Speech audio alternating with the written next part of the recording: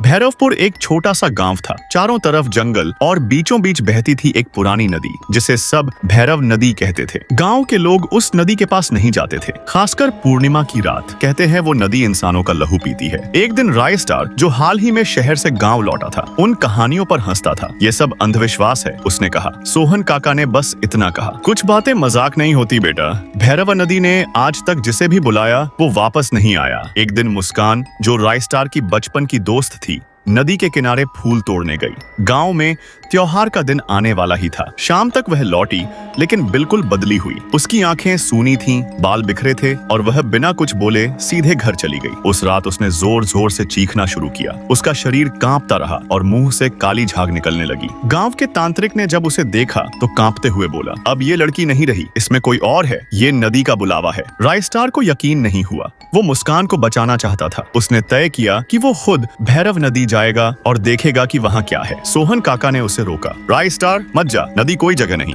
वो एक जिंदा आत्मा है। पर राय स्टार नहीं माना। अगली सुबह सूरज उगने से पहले वो अकेला जंगल पार करके नदी के पास पहुंचा। भैरव नदी वैसी नहीं थी जैसी उसने सोची थी। उसका पानी शीशे की तरह चमकता था। न कोई मछली, न आवाज, सिर्फ गहरा सन्नाटा। राय स्टार ने जैसे ही पानी को छुआ, सामने नदी के बीचों बीच से एक औरत की लाश ऊपर तैरने लगी। उसकी आंखें खुली थी और सीधा राय स्टार की ओर देख रही थी। अचानक लाश ने आंखें झपकाईं और राय स्टार को खींचने लगी। उसी समय पीछे से किसी ने उसका हाथ पकड़कर खींचा। सोहन काका थे। मैं जानता था तू जाएगा, पर अभी वक्त नहीं है। तुझे सच जानना है। मैं सब बताऊंगा, पहले तू चल मेरे साथ। सोहन काका राय स्टार को लेकर एक पुरानी गुफा में गए, जहाँ दीवारों पर पुरानी पेंटिंग्स और खून से लिखी कहानियां थीं। उन्होंने बताया, 100 साल पहले इस गांव की एक लड़की काली को गांव वालों ने डायन समझकर नदी में जिंदा फेंक दिया था। उसका आखिरी श्राप था, हर पूर्णिमा को मैं एक आत्मा लूंगी जब तक कोई मेरी सच्चाई दुनिया को न बताए। तभी से हर पूर्णिमा को कोई न कोई नदी में समा जाता है और जो बाहर आता है वो जिंदा नहीं रहता। राय स्टार को समझ आ गया कि मुस्कान पर वो आत्मा काबिज है।